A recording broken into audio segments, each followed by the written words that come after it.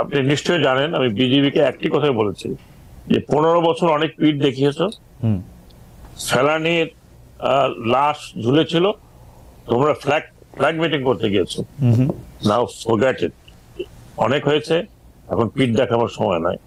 এখন you reply, তারা যদি তোমাকে একটা গুলি মারে, তোমার হাতে গুলি আছে, তোমার হাতে রাইফেল আছে, is not for killing people, is to protect the border. এবং একটা মারলে দুটা মারো। হ্যাঁ না, এক্স্যাক্টলি, আপনি এখন রেকর্ড খুঁজে পাবেন। এবং ঠিক তার পরের দিন বিজেপি অন্য একটা রূপে বর্ডারে ছিল, সেই থেকে এখনো তারা ওইরকমই আছে। তো এই চ্যালেঞ্জ গুলো ছিল, আরো চ্যালেঞ্জ ছিল, অনেক চ্যালেঞ্জ ছিল, অনেকগুলো তাদের দাবি দেওয়া ছিল।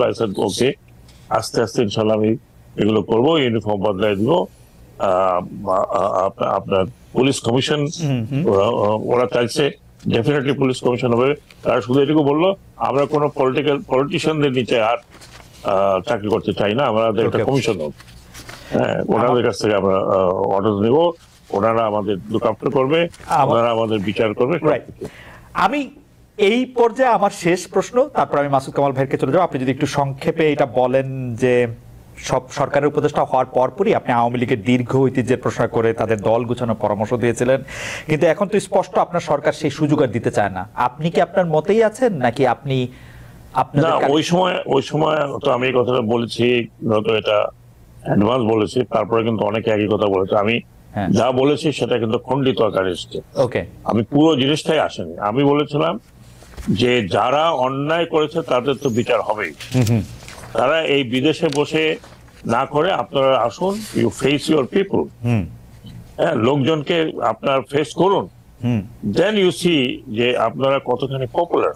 ওকে, আর যারা অন্যায় করেনি, যারা কোনো অন্যায়ের মধ্যে ছিল না, যারা অত ডেডিকেটেড ছিল, তারা যদি মাঠে থাকে তাহলে তো কোনো অসুবিধা নেই। কিন্তু যারা অন্যায় করেছে, everybody must account for their sins. এটা আমি কেন বলেছিলাম সেটা আপনাকে বলি। জি, 15 বছরে আমি যাদের সাথে ছিলাম, পুলিশ বলেন, অ্যাডমিনিস্ট্রেশন বলেন, 15 বছরে everybody was there man. Okay, everyone. এখন আমার সেই কথাটা অনেক লম্বা কথা ছিল, সেই কথাটা আমি কি বলবো, আপনি তো মিডিয়াতে আছেন, আমার বলার দরকার নেই, বেশি বলার দরকার নেই। আপনি এর আগেও আমার কথা শুনেছেন ডেফিনেটলি, জি, বিভিন্ন মিডিয়াতে। জি, আমার মনোভাব আপনারা জানেন খুব ভালোভাবে। আমি যদি তার এই পার্টির প্রতি কোনো বিশেষ কিছু থাকতো, এই ব্যাপারে আমার কোনো সন্দেহ নাই, বা বাংলাদেশের মানুষজন হয়তো এই সন্দেহটা করে না যে আপনি আওয়ামী লীগের কোনো পারপাস সার্ভ করতেছেন। তবে কেউ যারা কিছু বলার, তারা তো কেউ নানা ধরনের কথা বলতেই পারে। কিন্তু আমি মনে করি আপনার কাছে কি মনে হয়, লোকের মুখে তো রাইট, কিন্তু আপনার কাছে কি মনে হয় যে প্রফেসর ইউনূস সাহেব আপনার মন্ত্রণালয়টা বদলে দিলেন কোন একটা মেসেজ দেওয়ার জন্য, আপনার এই কথা বলার জন্য, না বলার জন্য, নাকি এইটার সাথে এটার কোনো সম্পর্ক নাই? না, আমি তো যতটুকু মানে ওদের কাছ থেকে শুনেছি, আমার বিরুদ্ধে বিএনপির ছাত্ররা নেমেছিল, বিশেষ করে উইদাউট আন্ডারস্ট্যান্ডিং। ওকে, হয়তো অনেকে শুনেই নেই আমি কি সেইটাই হয় আর কি বেশিরভাগ সময়। Anyway I have forgotten that. ঠিক আছে, কারোর বিরুদ্ধে কোনো অভিযোগ নেই। আমার মনে হয় যে মানে আওয়ামী লীগের সাথে আপনাকে যদি সংযুক্ত করার কারো এইরকম উর্বর চিন্তা যাদের আসে, সেটা তাদেরই দায়িত্ব, তাদের এটা। মহিউদ্দিন, আমি আপনাকে একটা কথা বলি, জি, একটা জাস্ট ফর ইওর আপনি আমাকে 2018 সালের নির্বাচনের আগে বিভিন্ন জায়গা থেকে বলেছে যে আপনি নমিনেশন নিলে আপনি একটা পর্যায়ে চলে যাবেন, ইনক্লুডিং আমাদের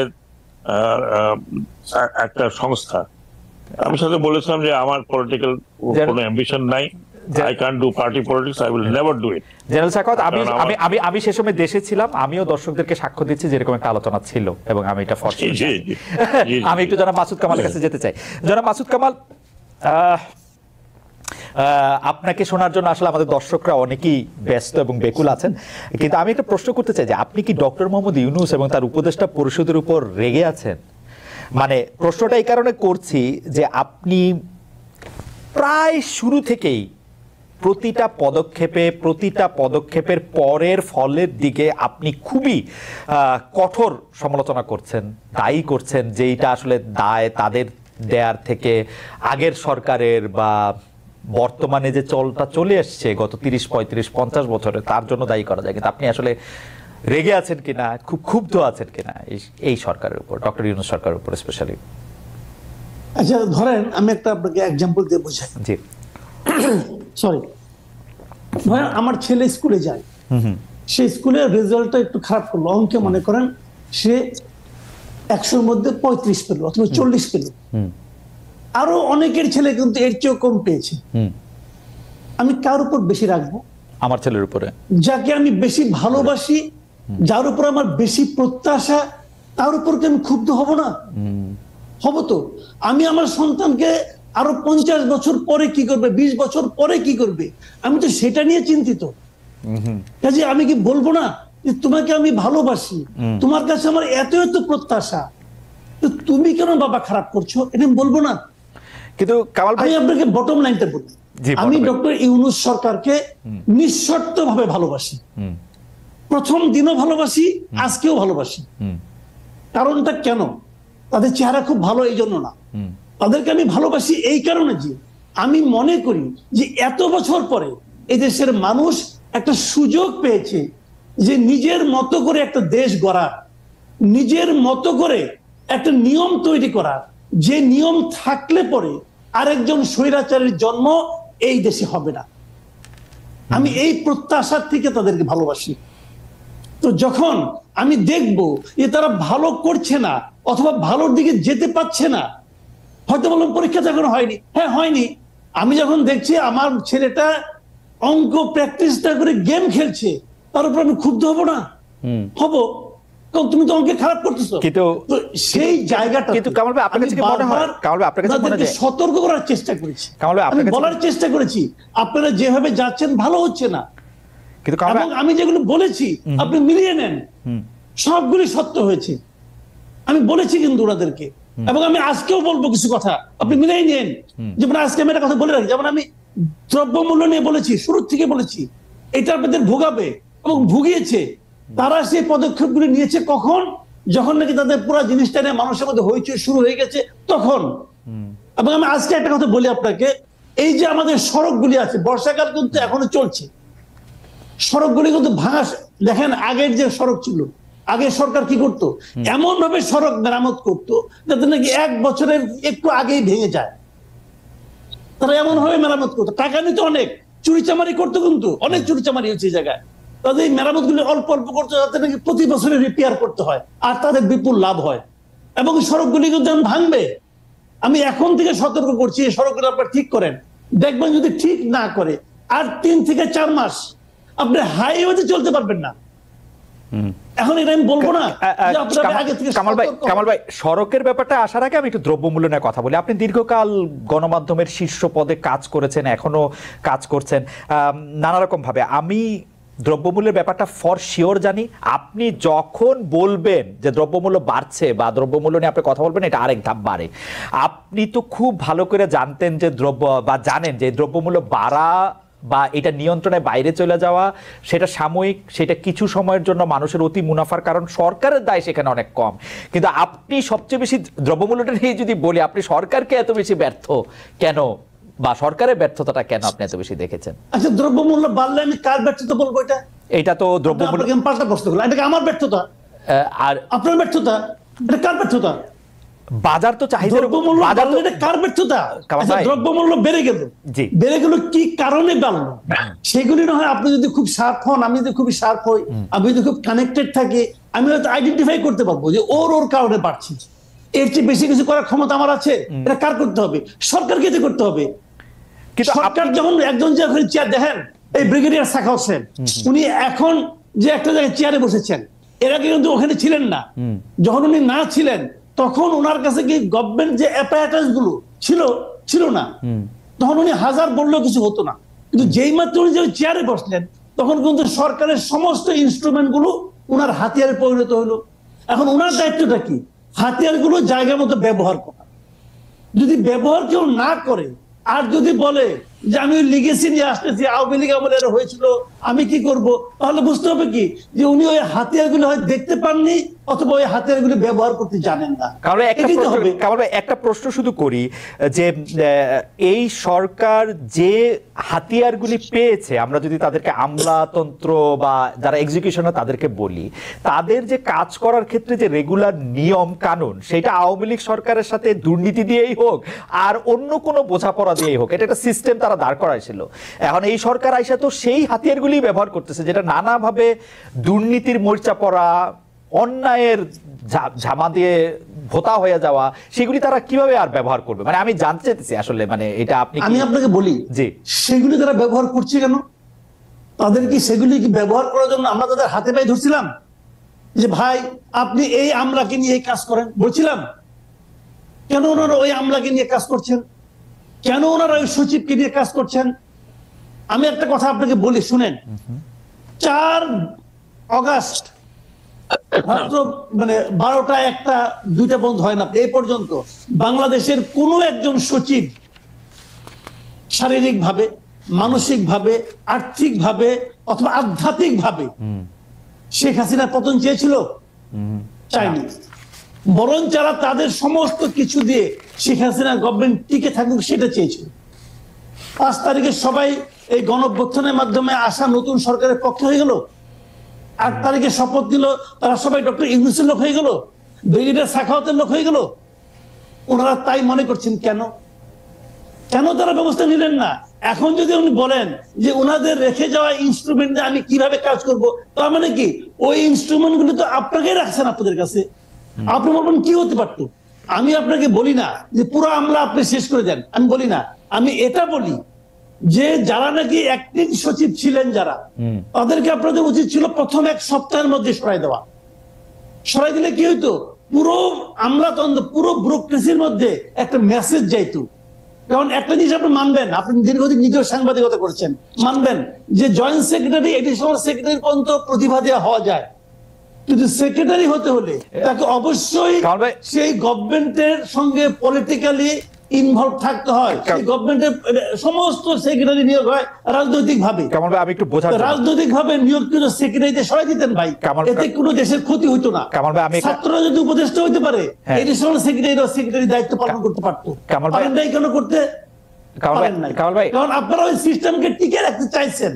এখন চাইয়ে নিয়ে পরে যদি বলেন যে আমার হাত পা বাঁধা, আমি কি করব? না, আপনার কাছে সত্যি মনে, অন্য একটা জায়গা থেকে বলি, আপনার কাছে সত্যি মনে যে এই সিস্টেমটা টিকায় রাখতে চাইছে এই অন্তর্বর্তীকালীন সরকার? ধরেন 80 জন সচিবের বাদ দেওয়াটা কি প্র্যাকটিক্যাল ছিল? মানে প্রথমে আইসাই প্র্যাকটিক্যাল ছিল, কিন্তু এই সরকারের পক্ষে উপলব্ধি করা কঠিন ছিল। কেন ছিল? কারণ এই সরকারের মধ্যে অনেকগুলি সচিব ছিল। এই সরকার সচিব নির্ভর সরকার ছিল, এবং বয়স্ক সচিব, সবাই রিটায়ার্ড সচিব ছিল অনেকগুলো। তারাই প্রভাব বিস্তার করেছেন, এবং তারা বুঝে, এবং যখন একজন লোক বয়স্ক হয়ে যান তিনি কিন্তু পরিবর্তনকে ভয় পান। একদিকে আমলা, আবার একদিকে বয়স্ক, পারবেন না তো কিছু করতে। কামাল ভাই খুব চমৎকার করে বলছেন, কামাল ভাই খুবই চমৎকার করে বলছেন। আমি আজকে আরো অনেকগুলি বিষয় আছে, সেজন্য আমি এইটা এখানে রাখলাম, কিন্তু আমার অনেক শুনতে ইচ্ছে করতেছিল আরো। ব্রিগেডিয়ার জেনারেল সাখাওয়াত, আপনি কি একটু বলবেন? কামাল ভাই একটা একদম স্পেসিফিক কথা বলেছেন যে আপনারা আসলে এই যে অজুহাতগুলি, এগুলি রাখতেই চাইছিলেন। গত সরকারের এই মাথার উপর চেপে বসা থাকা সিন্দাবাদের ভূতের মতো লোকদেরকে আপনারা রাখতেই চাইছিলেন, এটা কি ঠিক? আমি কি আমার কথা বলবো? আপনি যদি সার্বিকভাবে বলতেন, আপনার কথা তো নিশ্চয়ই বলবেন। জি, সার্বিকভাবে ব্যাপার হচ্ছে যে কামাল সাহেব যে কথাগুলো বলেছেন তার মধ্যে অনেকটা সত্যতা আছে, নাই আমি বলবো না। কিন্তু আপনি নিজেই বলেছেন যে 80 জন বা 85 জন সচিবকে একসাথে চড়ানো ডিফিকাল্ট ছিল। এখন কিন্তু ক্রমান্বয়ে আপনি দেখবেন যে পরিবর্তন হচ্ছে। সে পরিবর্তনটার কারণে কিছুটা অ্যাডমিনিস্ট্রেশনের মধ্যে একটু কি বলবো, মানে আনইজিনেস আছে, বিকজ নোবডি নোজ কে কখন যাবে। আমি বলি আপনাকে, আমার কথাই ধরুন, আমি স্বরাষ্ট্র মন্ত্রণালয়ে যিনি ছিলেন, তিনি 3 দিন ছিলেন, তারপরে কিন্তু চলে গেলেন, এখন তিনি জেলে আছেন। তারপরে আমি যখন নৌ মন্ত্রণালয়ে আসি, নৌ মন্ত্রণালয় খুব একটা ভাইটাল মিনিস্ট্রি, এখানে সবাই বললো যে একজন সেক্রেটারি আছেন, তিনি অত্যন্ত তুখোড় এবং ভালো কাজের লোক। বাট আমি যখন তার সম্বন্ধে জানতে পারলাম, যে উনি যখন সমস্ত সচিবদের নেতা ছিলেন তখন ওনার কিছু কর্মকাণ্ড ওয়াজ নট একজন সচিবের মতো ছিল না, নিউট্রাল লোকের মতো ছিল না। তো উনি নিজে, তারপর উনি কিন্তু ওএসডি হয়ে গেছেন। তারপরে আরেকজন আসলো, আমি নিজেও জানতাম না, আমার এই সংস্থা থেকে একজন হলো ভালো ভালো। আমরা যদি নাম্বারের কথা আসি, কারণ মাসুদ কামাল ভাই স্পেসিফিক 80 জনের কথা, মানে সচিবদের কথা বলেছেন, আমি জানি 80 জন সচিব পর্যায়ের কর্মকর্তা বা পদমর্যাদা রয়েছেন, 1-2 জন বেশি টেশি হতে পারে। আপনার কাছে কি মনে হয় কত % সচিব এখনো পদে রয়েছেন? পার্সেন্টেজে এটা আমি এক্স্যাক্টলি জানবো না, কারণ আমি জানি যে আমাদের যে উপদেষ্টারা আছেন তাদের বেশিরভাগই সচিব কিন্তু পরিবর্তন হয়ে গেছে। ওকে, না উপদেষ্টা তো 20 জন। কামাল ভাই, আপনার কাছে কি কোনো ডেটা আছে যে কতজন আওয়ামী লীগ সচিব এখনো রয়ে গেছেন সচিব পদে বা কর্মরত ভাবে? আমার কাছে ডেটা নেই, কিন্তু আমি যতটুকু আমি বলি, আমি তো বিভিন্ন পত্র পত্রিকা পড়ি, একজন সচিব চলে গেলে কিন্তু সেটা খবর হয়। তো আমার জানা মতে 10 জনের বেশি সচিব যায়নি। কিন্তু এগুলো আমি একটা জিনিস বলি, শুনেন। আমার এখান থেকে 3 জন গেছে কিন্তু।